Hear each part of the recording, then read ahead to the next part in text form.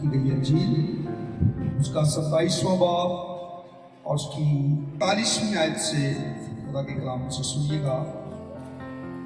اور دوپہر سے لے کر تیسرے پہر تک تمام ملک میں اندھیرا چھایا رہا،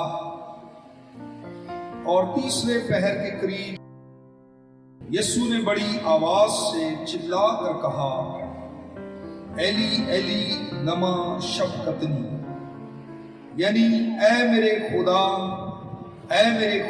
تو نے مجھے کیوں چھوڑ دیا۔ جو وہاں کھڑے تھے ان میں سے بعض نے سن کر کہا، یہ ایلیا کو پکارتا ہے۔ اور فوراً ان میں سے ایک شخص دوڑا اور سپنج لے کر سرکہ میں ڈبویا اور سرکنڈے پر رکھ کر اسے چوسایا، مگر باقیوں نے کہا، ٹھہر جاؤ، دیکھیں تو ایلیا اسے بچانے آتا ہے یا نہیں۔ خداوند کے زندگی بخش کلام کو پڑھے، سنے جانے پر زندہ خدا کی برکت، آمین۔ چوتھا کلمہ کفارہ کا کلمہ ہے، فدیہ دینا، قیمت ادا کرنا۔ بھروں کو قربان کیا جاتا تھا انسان کی نجات کے لیے، انسان کی بحالی کے لیے، کیونکہ کلام اقدس بیان کرتی ہے کہ گناہ کی مزدوری موت ہے، اور موت سے بچانے کے لیے، گناہ سے معافی حاصل کرنے کے لیے خون کا بہایا جانا یہ ضروری تھا۔ عبرانیوں کا مصنف بیان کرتا ہے، بغیر خون بہائے معافی نہیں ہوتی۔ شریعت کا یہ تقاضا تھا کہ سال بہ سال بروں کا، بچڑوں کا، مینڈوں کا، بکروں کا خون لایا جائے تاکہ انسان کے گناہ ڈھانکے جائیں۔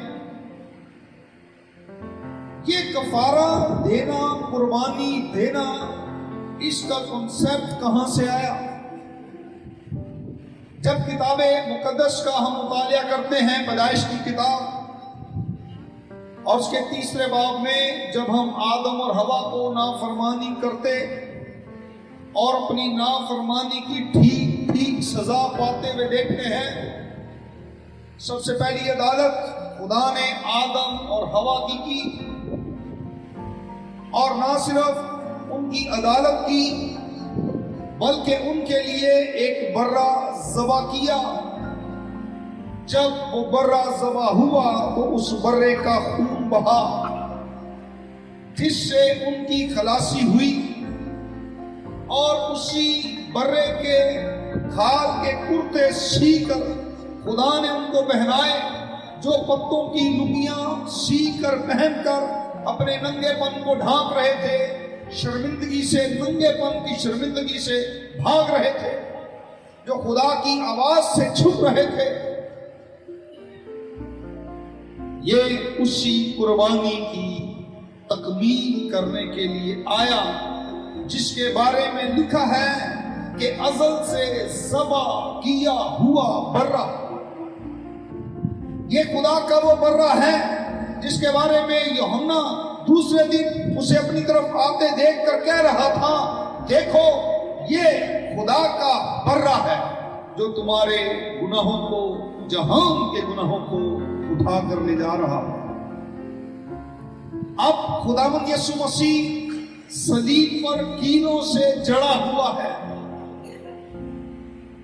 ہم جب صلیب کی بات کرتے ہیں،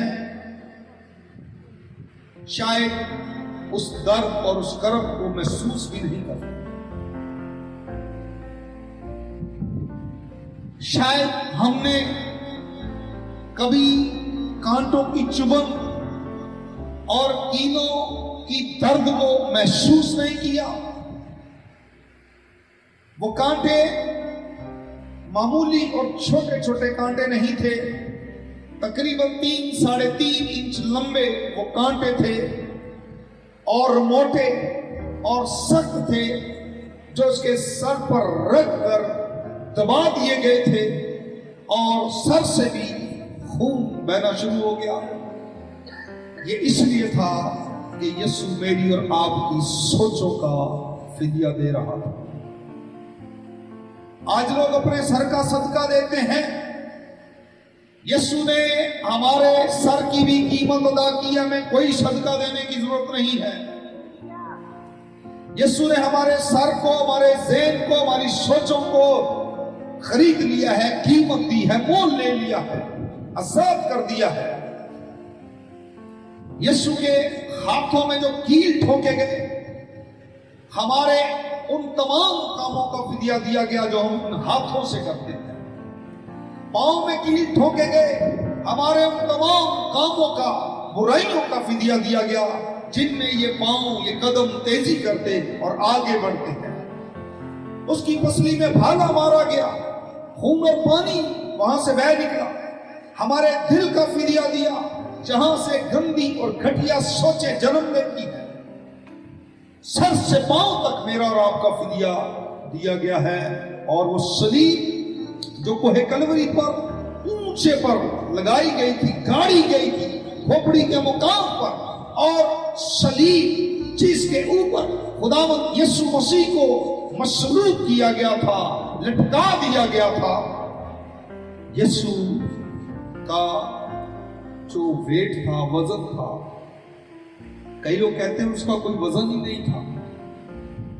अगर यीशु वजनी होता तो वो समंदर की लहरों पे क्यों चलता? कई लोगों के पास मफरूजे हैं, गलत ख्यालात का शिकार हैं। पैदाइश की किताब पहले बाब की पहली आयत और दूसरी आयत ये बयान करती है कि इब्तिदा में पानी ही था और समंदर की सतह के ऊपर, पानी की सतह के ऊपर खुदा का रूह जुम्बिश करता था। और यीशु के बारे में लिखा है इब्तिदा में वो खुदा के साथ था। वो जो शुरू से जिसकी नेचर, जिसकी फितरत पानियों पर चलना है, वो जब लहरों पर चल रहा है तो क्या अजब है। कहते उसका तो वजन ही नहीं। यीशु कामिल इंसान था, मेरी और आप की तरह। जिस तरह हम अपनी उम्र के हिसाब से वजन रखते हैं, हमारी बॉडी का एक हुज्जम है, एक वजन है, इसी तरह जीसस की बॉडी का भी एक हुज्जम, एक वजन था। और रोमियों ने जब उसको सलीब पर लटकाया था, इससे पहले कि वो यीशु समेत सलीब को खड़ा करते, जब उन्होंने सलीब को जमीन पर रखा था, उसके ऊपर यीशु को लिटाया था, तो लकड़ी की एक छोटी सी गद्दी बनाई थी जो यीशु की बैक पर उसको सपोर्ट कर रही थी, क्योंकि हाथों और पांव में कील ठुकने से, पैरों में कील ठुकने से उसको रस्सियों से भी बांधा गया था उसके बाजुओं को, ताकि बॉडी आगे को ना आए। और अगर कीलों समेत वो सपोर्ट उसको ना होती तो यीशु के हाथ और पांव, बॉडी फट जानी थी। लोगों ने मसीहा मसलूब की मसलूबियत को बड़ा इजी लिया हुआ है, बहुत हल्का लिया हुआ है। लोग उसके मरने के बारे में, कफारा देने के बारे में, फिदिया देने के बारे में, जो उसने मेरी और आपकी कीमत दी है, संजीदा नजर नहीं आती।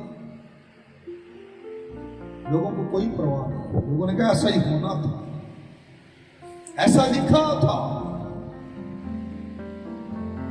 आप ये ना समझें कि जो लिखा है वो होना है।